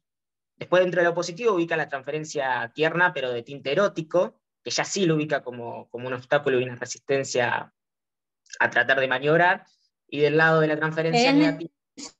necesario, que es necesario, Uh-huh. que es necesario. La transferencia negativa en algún momento del análisis se da. Es necesario atravesarla. No es que va a estar todo bien. No, precisamente para que el analista pueda correrse del lugar, es importante que se pueda tramitar la transferencia negativa. Un análisis Totalmente. va andando cuando aparece la transferencia negativa también. Lo que pasa es que ahí el analista tiene que ver qué hace con eso. Claro. Claro. Sí, seguramente es como dice Freud, el máximo escollo, pero al mismo tiempo el máximo auxiliar para lo terapéutico, digamos. Y bueno, y dentro de esta transferencia negativa, por supuesto, además de lo erótico, la hostilidad, que también se ubica como resistencia. Sí. Y un concepto que también traía a colación en este apartado 4 del epílogo, que tiene que ver con que la transferencia es un modo de actuar sobre un fragmento esencial de sus recuerdos y fantasías en lugar de reproducirlo por el medio de la palabra. O sea, ya va introduciendo el concepto de adquieren, de poner en actuación aquello que no se recuerda, no se puede poner mediante la palabra. Bueno, empezando ya más o menos puntualizando el final del concepto de transferencia y lo que va diciendo Freud, vamos un poco al caso, así lo conversamos. Dora era una chica de 16, 17 años. Freud la describe como una persona, bueno, joven, inteligente, también bella, con mucha energía, que tiene un vínculo familiar constituido por una madre en la cual no tenía buena relación, básicamente porque, podríamos decir, tenían ideales distintos. La madre tenía un ideal muy propio de la época que tenía que ver con formar un proyecto familiar, con tener hijos, con hacerse cargo de los quehaceres hogareños, y un poco era lo que le exigía a Dora que haga en su vida. Y Dora, todo lo contrario, le interesaba ir a charlas de la época de damas, digamos, algo muy cercano al feminismo, le interesaba mucho los temas de la sexualidad, leía libros de sexualidad, entonces era bastante controversial en esa época, y bastante revolucionario el pensamiento de Dora. Al mismo tiempo tenía Sí, un Freud, vínculo con... Freud dice que la madre de Dora tenía lo que él llama la psicosis del ama de casa. O sea, necesitaba limpiar, limpiar, limpiar, limpiar todo, eh, porque, bueno, por ahí después vos lo decís, ¿no? Porque tenía una sintomatología, que en aquel momento la madre, o que se entendía en aquel momento como algo que era sucio y que era producto de un contagio, que era el catarro vaginal. Claro. Eso tenía la madre de Dora, entonces, bueno, limpiaba, limpiaba. Como no podía limpiar la chimenea, limpiaba la casa, ¿no? Podríamos decir, como no podía... Claro, y decía que, bueno, esto era producto de probablemente un contagio por parte del marido, ¿no? Bueno, esto era lo que comentaba Estela, un poco la relación que tenía con la madre, que no era para nada bueno. Tenía un vínculo con un hermano el cual ella adoraba, admiraba y quería hacer un poco como, o seguir los pasos de ese hermano. Y tenía un padre en el cual tenían un vínculo tierno, un vínculo muy, muy cercano, pero con el paso de los años, sobre todo en estos últimos años, se va poniendo un poco más tensa la relación y se va un poco desgastando por algunas circunstancias. También hay un vínculo que no es familiar, pero que hace a la novela familiar de Dora totalmente, que tiene que ver con los K, la señora y el señor K, que es un matrimonio amigo del matrimonio de los padres, en la cual tienen un vínculo muy, muy cercano. Y de hecho, la relación de Dora con ellos dos es muy, muy buena, tanto con el señor como con la señora K. Con la señora K se juntaban a hablar, compartían muchas horas, leían y hablaban sobre también temas de la sexualidad y de la época. Y con el señor K tenían una relación muy, muy cercana. De hecho, el señor K le hacía muchos regalos, estaba muy atento, compartían también momentos juntos, vacacionaban juntos. Era una familia, digamos, más allá de que no eran de la misma sangre, digamos, podríamos decir. Y Dora llega a Freud por un suceso de sintomatología que tiene que ver con migraña, con tos, pero principalmente con una carta de despedida que le deja a su padre y que eso lo preocupa muchísimo. Y a posteriori de esta carta sufre un desmayo Una carta Dora. de despedida, una carta de suicidio, digamos, que ella informaba que una carta de despedida de la vida. Exactamente, con un tinte suicida, donde el padre le empieza a preocupar mucho y además, acto seguido de esto, unos días después, sufre un desmayo y eso termina siendo como la gota que rebalsa el vaso, que hace que el padre la lleve a Freud. O sea, no es propiamente propiamente Dora que decide ir con Freud, sino que el padre que ya lo conocía a Freud, la lleva ahí un poco la entrega a análisis con Freud. Y empiezan, bueno, este camino de análisis, de nuevo, con un Freud que está con la interpretación de los sueños muy, muy cercano, muy en la cabeza, y empiezan a investigar sobre estos síntomas que ella presenta y que ella tiene, y aparecen un suceso de recuerdos y escenas que ubican, que terminan siendo muy relevantes para entender toda la sintomatología de Dora. De ahí ubicamos tres escenas. La primera de ellas es la escena del beso, que es la escena donde ella, como comentaba, tenía un vínculo muy cercano con el señor y la señora K, y el señor K la invita, más o menos cuando ella tenía 8 o 9 años, era muy pequeña, la invita a una fiesta para damas que iba a ser en su fábrica, a lo cual Dora asiste, y cuando asiste se encuentra con la sorpresa de que en realidad no había ninguna fiesta, ni había damas, ni había personas. Solamente estaba el señor K, no había trabajadores tampoco en la fábrica, y Dora. Entonces, básicamente, el señor K cierra las cortinas, la arrincona, empieza a hablar y le estampa un beso a Dora siendo muy, muy pequeña. O sea, Dora básicamente, hoy por hoy, lo que podemos decir que el señor K era un pedófilo. Exactamente, sí, sí, totalmente. Totalmente encuadrado en una situación de abuso. ¿Sí? Y Porque Dora, además ella está bien que en aquel momento se casaba muy jovencita, digamos, pero cuando ella consulta con Freud, tiene 16, pero la historia que tiene con el padre, la señora K, el señor K y qué sé yo, es a sus 14 años, era chiquita. Y esto que vos comentás de la fábrica, digamos, de la fiesta esta, era chiquitita, era muy niñita. De todos modos, y a pesar de todo esto, el vínculo siguió con los K y ella los quería mucho, los estimaba mucho, aparentemente. O sea, exacta, exacta, no es que pasó nada como para que se separaran las familias a pesar de todo esto.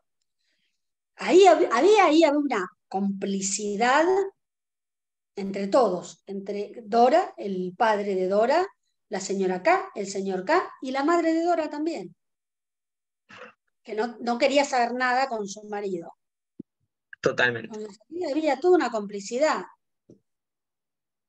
abusiva, podríamos decir hoy. totalmente. Totalmente, de hecho, después de este suceso, como dice Estela, no es que el vínculo se rompió, y de hecho ella nunca habló de esto con nadie. Le dice que con Freud es el primero que le cuenta esta escena, y que en su momento, bueno, sintió mucho asco del beso y salió de la fábrica, pero que siguió vacacionando con ellos, que después de esa situación eso no se había vuelto a repetir, y ella no había tenido la necesidad de hablarlo con nadie, como si no hubiese pasado nada, tanto para el señor K como para Dora. Y la situación prosiguió. Y luego ubica una segunda escena, también con el señor K, que se titula como la escena del lago, ¿Verdad? que tiene que ver con que los K se van a vacacionar a Viena, el padre por una situación de enfermedad también se acerca a la ciudad, va con Dora, y la idea original era que estén unos días juntos, después el padre se volvía para su ciudad por trabajo, y Dora quedaba en Viena con el señor y la señora K vacacionando. Lo cual era, nuevamente, como decimos, sumamente normal y algo que sucedía repetidas veces. Lo que ocurre, y lo llamativo de esto, es que Dora decide, un día antes que el padre regrese a la ciudad, solo, le dice que por favor ella quiere regresar con él, que no se quiere quedar con el señor y la señora K. Algo que totalmente lo sorprendió al padre y que no entendía bien los motivos por qué había tomado esta decisión. Finalmente ella regresa, no se queda, y es ahí donde le puede contar a la madre algo que le había sucedido y por eso había decidido no quedarse, que tiene que ver con la escena del lago, que estaban paseando por los bosques de Viena, por los lagos de Viena, Dora y el señor K, y evidentemente el señor K le había hecho una propuesta de índole romántica o amorosa, y además desestimando su relación con el vínculo con la señora K.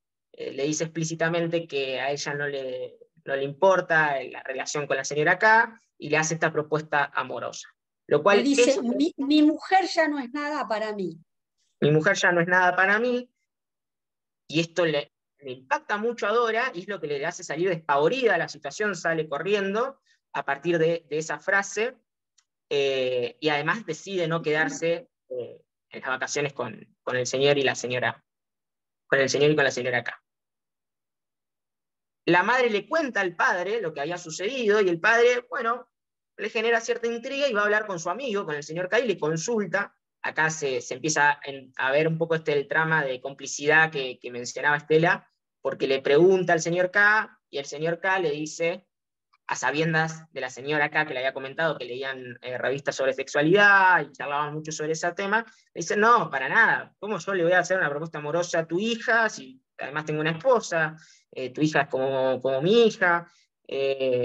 Simplemente yo sé que ella está leyendo mucho sobre sexualidad, la edad que tiene, seguramente debe estar con mucha fantasía, digamos, un poco caliente y qué sé yo, se había inventado toda la historieta, pero nada, salimos a pasear y no pasó nada. Y por supuesto el padre le cree al señor K y no a su hija, digamos. Sí, ibas a Sí. decir algo. No, obviamente le cree, entre comillas, a su amigo, porque era Dora, el padre usaba a Dora para estar con la señora K. Y entonces prefiere creerle al señor K para seguir estando con la señora K, que era su doble, digamos, su doble Amante. moral, vamos a llamarlo, de aquel momento, ¿no? Exactamente. Lo interesante de esto también es una cosa que vos dijiste, que toda la parte de la sexualidad de Dora la jugaba con la señora K, con su madre no, porque a la madre le daba asco todo eso. Entonces, la jugaba con la señora K. Antes de la señora K, Dora tenía una institutriz con la cual también leían cosas sexuales y demás. Esta mujer también pareciera como que era feminista de ahora, digamos, hasta que descubrió que la institutriz estaba enamorada, dice, enamorada del padre de Dora. Entonces, Dora hace lo imposible, lo posible y hasta lo imposible para que la echen, la despiden, al cabo la terminan despidiendo. Pero mientras ella no sabe que esta institutriz está enamorada de su padre, tienen un vínculo perfecto. No amoroso, pero tienen un vínculo perfecto. El tema es cuando aparece un hombre. Sí. En este caso, el padre de Dora. Y lo interesante de eso es que, como dice Estela, todas estas construcciones, interpretaciones no surgen de la nada, sino surgen que a partir de esta escena del lago, a Dora se le impone un pensamiento de manera hiper intensa, lo describe Freud, que tiene que ver con cierta idea de que la señora K también tenía un vínculo con su padre. Y lo interesante de todo esto es que desde muy temprana edad, Dora ya tenía esta sospecha, pero nunca le había generado ningún tipo de pensamiento o curiosidad entre la relación entre su padre y la señora K, e incluso con esta relación con la gobernanta que ubicaba Estela. Cuando eran muy, muy pequeña, la gobernanta tenía muy buena relación con Dora y le comenta que la había visto en varias oportunidades al padre con la señora K, y ella, en vez de, a pesar de que también tenía pruebas por sus propios ojos de esta situación, hace como una especie de desmentida, ¿no? Y hace echar a la gobernanta porque dice, me contó esto porque está enamorada de mi padre, y la hace despedir con un preaviso de 2 semanas, y la echan a la gobernanta. Y se instala este pensamiento mucho tiempo después, luego de la escena del lago, y esta situación de mi mujer no es nada para mí, que le dice el señor K sobre la señora K. Esa es la tercera escena como importante, que tiene que ver con este pensamiento hiperintenso que se instala de manera repetida de la relación entre el señor y la señora K. Y Freud, en este juego de escenas, ubica el trauma en 2 tiempos, ubica cierta resignificación edípica, ubica esta hiperintensidad de la carga afectiva en los pensamientos, ubica que mucho de su sintomatología, por ejemplo la afonía, la tos, tenía que ver con eso de que no podía decir. Incluso le aparecía en los momentos en el que el señor K se iba de viaje, y le hacía regalos y demás, se le instalaba con mucha fervor el tema de la afonía y de no poder hablar, y hace toda una serie de interpretaciones que tiene que ver con cierto enamoramiento de Dora con el señor K. Que en principio... Hace un ratito habíamos hablado, hace un rato, no estaba Daniel, me parece, habíamos hablado de condensación y en este caso, por hoy lo que dice, por ahí vos lo vas a decir, Diego, los síntomas, ¿cuáles eran la interpretación que él hace de los síntomas? Por ejemplo, a ver, dice que cada síntoma no tiene que ver con una sola situación, que tiene que ver con muchos sucesos que se condensan y que forman un síntoma. Pero acá él dice que había en esta chica 3 síntomas importantes. No sé si esto lo vas a decir por ahí. No, La repugnancia. Estaba la repugnancia. It's a course that I'm doing from Argentina. Remember Bueno, that digo, la repugnancia que tiene que ver con los síntomas de represión de la zona oral, del beso del señor K, ¿no? después, por otro lado, era el temor a pasar cerca de individuos en situación amorosa, digamos, de personas en situación amorosa, porque eso le recordaba a esas escenas con el señor K. Y después, por otro lado, una presión en el tórax, que ella dice que seguramente cuando está en la escena de la escalera con el señor K, seguramente, decía, este hombre habrá tenido el miembro eréctil que por, digamos, desplazamiento, ella siente una presión en el pecho, pero que está vinculado a que se desplaza la sensación que seguramente tuvo en el clítoris. Esos son los 3 síntomas que tiene. Perfecto, perfecto, perfecto. Gracias, Estela. Y un poco, estas son las 3 escenas que ubica con toda la sintomatología que contaba Estela. Y Freud ahí, retomando la idea de transferencia, hace una lectura y una autocrítica con respecto a el abandono, porque a partir de estas interpretaciones que él empieza a hacer, que también surgen de 2 sueños que se relatan en el caso, Dora decide por voluntad propia cortar el tratamiento, decide no ir más.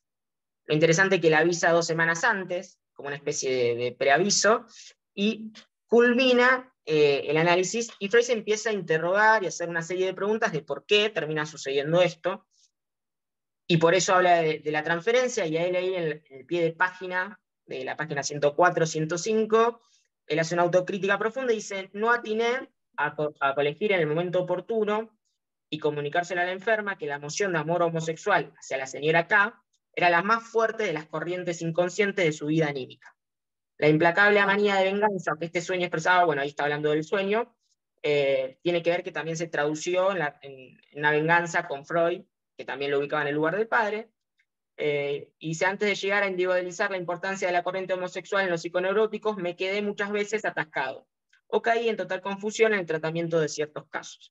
Digamos, ahí Freud introduce una crítica del manejo de estas transferencias eróticas, hostiles, pero hay algo que se lee entre líneas, que no lo dice explícitamente Freud, pero también un poco retomando esa clase hace 2 años atrás que lo conversábamos, y que Estela y Daniela estaban de acuerdo, de que hay un punto también en lo contratransferencial que no supo manejar Freud, que no tiene que ver únicamente con la transferencia, claro, sino con la contratransferencia. En la contratransferencia, él dijo...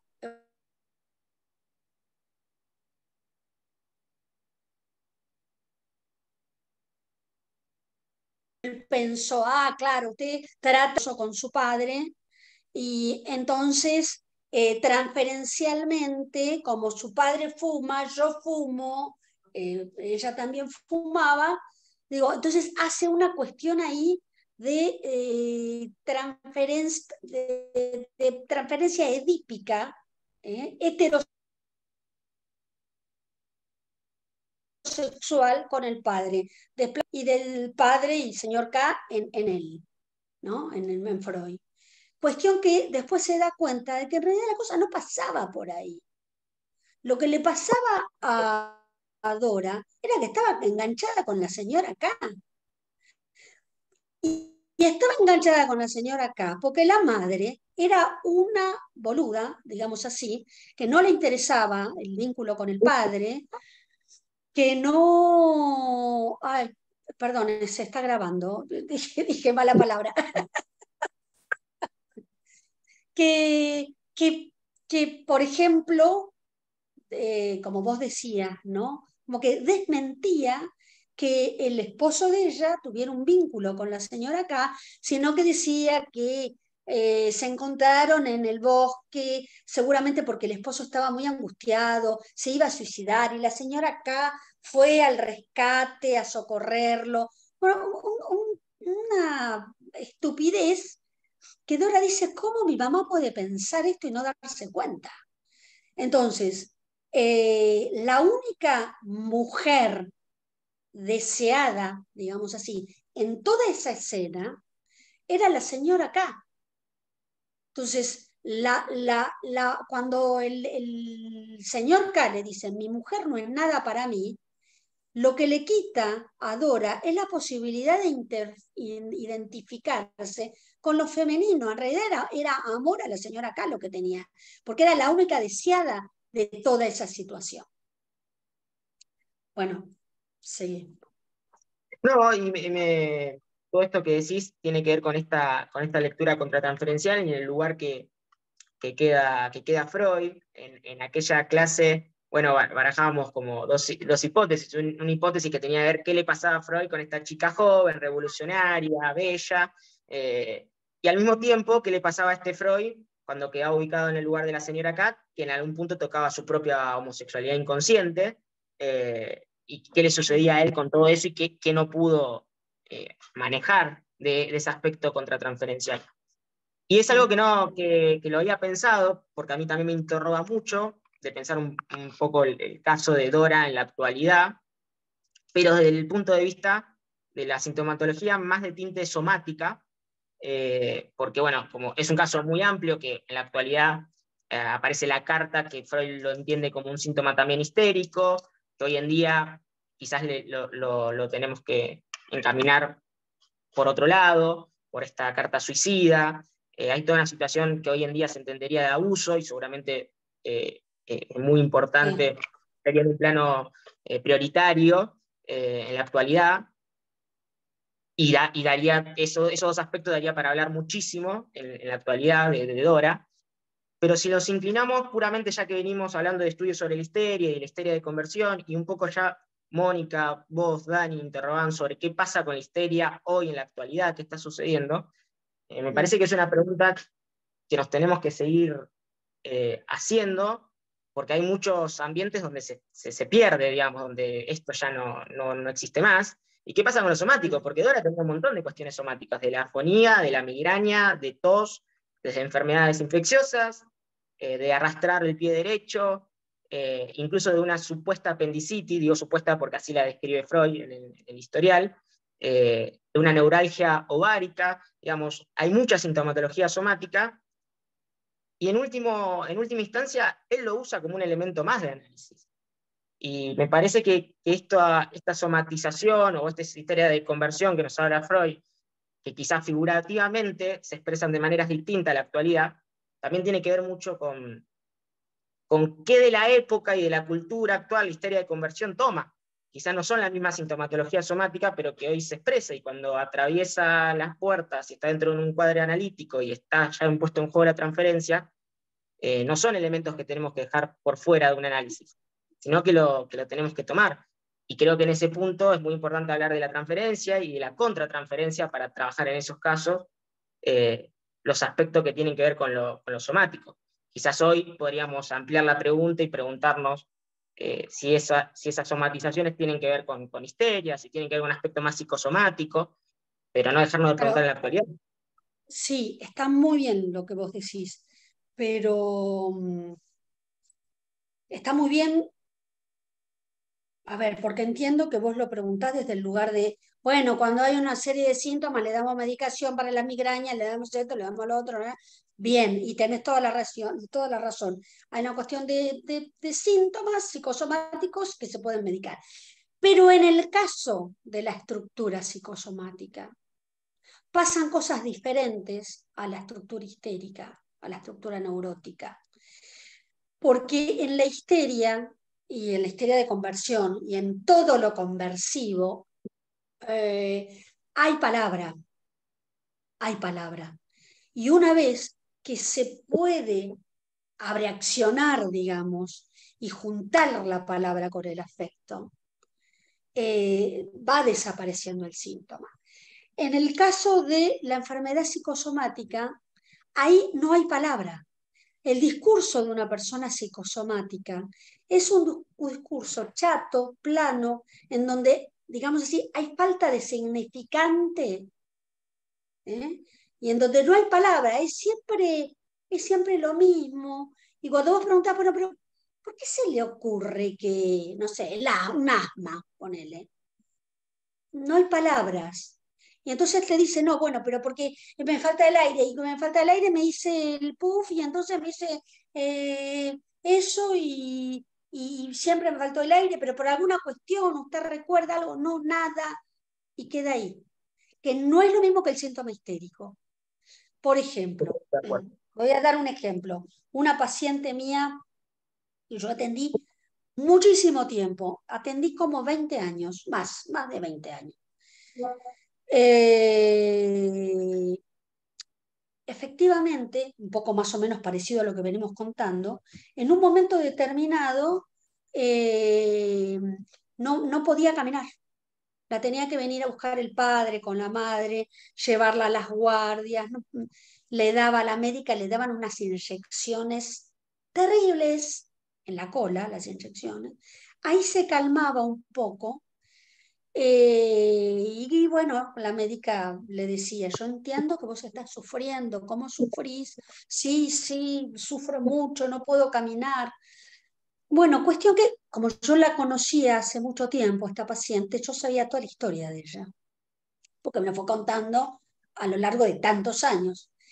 Entonces yo le dije que seguramente esa, ese dolor en el muslo que tenía estaba vinculado a las veces que la madre se peleaba con el padre, llevaba a las hijas a dormir con ella y le ponía la pierna en la cola, la pierna de la madre en la cola. Una madre que era una madre abusadora, yo creo que la madre, yo creo que la madre era homosexual, que se casó porque en aquella época había que casarse y había que casarse con un hombre, pero que inclusive en la adolescencia, estoy hablando de 17, 18 años, todavía saludaba a sus niñas dándole un beso en la boca. Y en esa casa había muchos secretos y muchas situaciones de, entre comillas, asco, ¿no? Por parte de la madre. Por ejemplo, dormir desnuda, sacarse la bombacha con las nenas, digamos, ¿no? Y ella reconoció que sí, que efectivamente sentía cosas en el muslo, sentía cosas anales, digamos, cuando la madre le apoyaba la pierna a ella.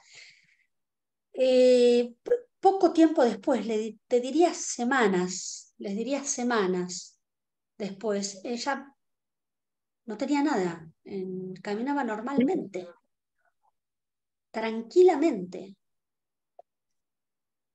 Vos sí, pero ¿qué pasó acá? Porque pareciera, fuera de joda, parece como una cuestión mágica. Y sí, fue una cuestión mágica. Después empezó a caminar bien. Era toda una conversión histérica, desde luego. No fue magia, digamos, era un tema histérico. Pero en el caso de una enfermedad psicosomática es diferente, porque no aparece el suceso, no aparece el hecho.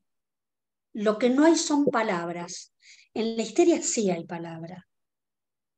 En las enfermedades psicosomáticas falta el significante. El significante, es más, te diría, lo pone el analista, va haciendo una construcción de eso.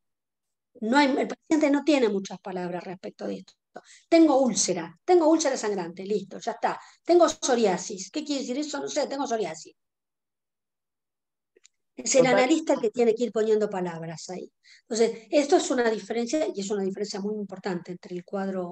Totalmente de acuerdo con todo lo que vos decís, Estela, y lo interesante de todo esto es que en la actualidad, pese a los discursos que prevalecen quizás, es de seguir tomando lo somático que aparece en transferencia, en análisis, y seguir pensándolo, si es una histeria de conversión, si es algo psicosomático, que son cosas distintas, al cual estoy muy de acuerdo con vos, pero no dejarlo de lado, porque ciertos discursos médicos o culturales ya no lo establezcan así. Creo que justamente estos espacios donde circula el psicoanálisis es donde más nos tenemos que seguir interrogando y manteniendo esa pregunta viva, digamos, independientemente de si el síntoma sea histérico o no, tomar eso somático como una herramienta y bueno, y ver qué pasa ahí, desde dónde parte.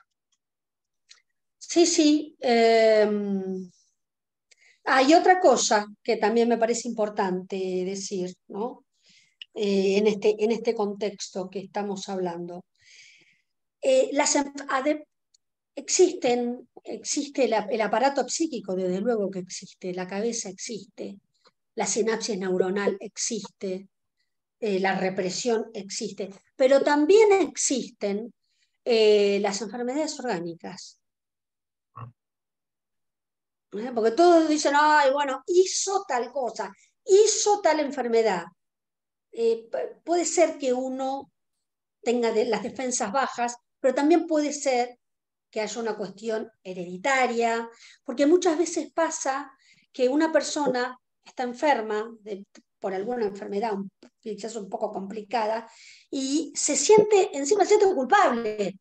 Mirá lo que hice, mirá lo que me hice, sin tener en cuenta que más allá de la omnipotencia de su cabeza, que uno no puede hacer tampoco una enfermedad orgánica seria, porque si no eso tiene que ver con la omnipotencia de la cabeza, digamos. Las enfermedades más allá de la cabeza existen, porque existe lo heredado, existe nuestros padres que han tenido enfermedades, que transmiten a los hijos, bueno, esto me parece que es importante porque a veces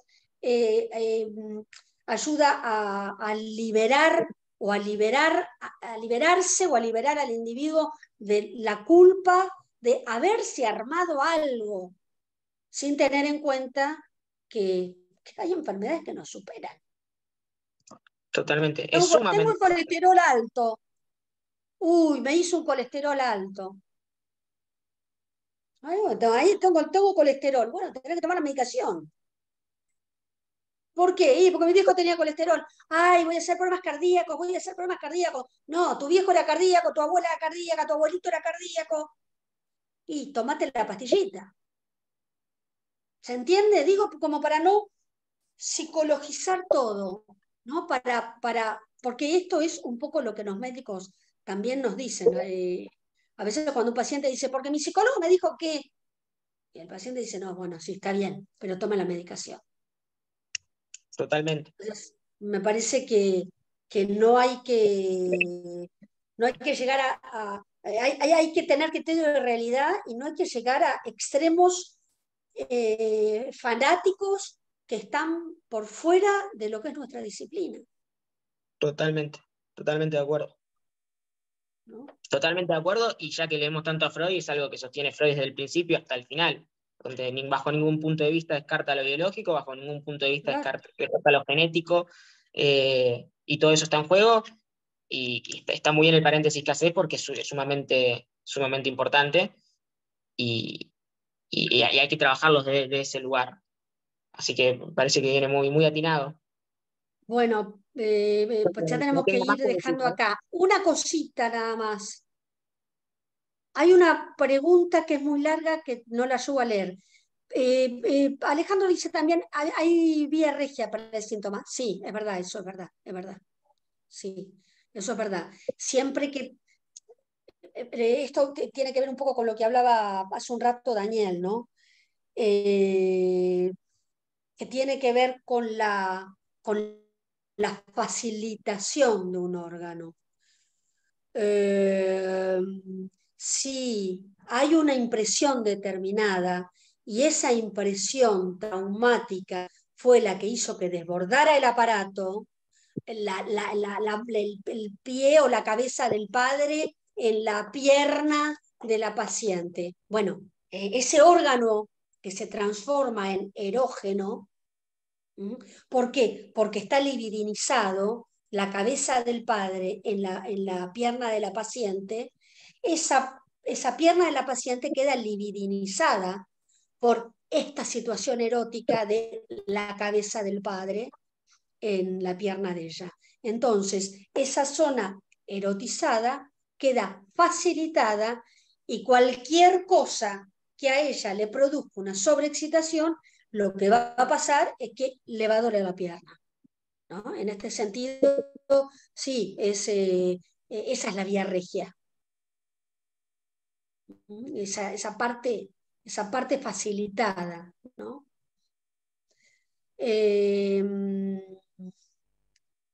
Hermosa clase, Estela. Hermosa clase. No sé, después, sí, después hay otra pregunta, pero que es muy larga, no la llevo a leer. Cualquier cosa después me lo dicen y lo respondo. Bueno, un poco como hacemos siempre. Pues, súbanlo al grupo y súbanlo al grupo, pero no esperen que esté toda la tarde, como hace Daniel, respondiendo preguntas, porque, bueno, tengo una paciente y después quiero ver el sol que hay por fuera del consultorio mío. Así que, bueno, chicos, espero que les haya servido la clase. No fue con Daniel, pero lo cual está bárbaro, porque si no se hubiese interrumpido mucho más. Así que bueno, espero que hayan entendido. Gracias, Diego, muy claro, como hace 2 años, otra vez clarísimo, y espero que bueno, que les haya gustado la clase. Nos vemos en 15. Nos vemos Chau, a todos, chau. saludos. Chao, chao. Chao, buen fin de. Chau, chau. Chao.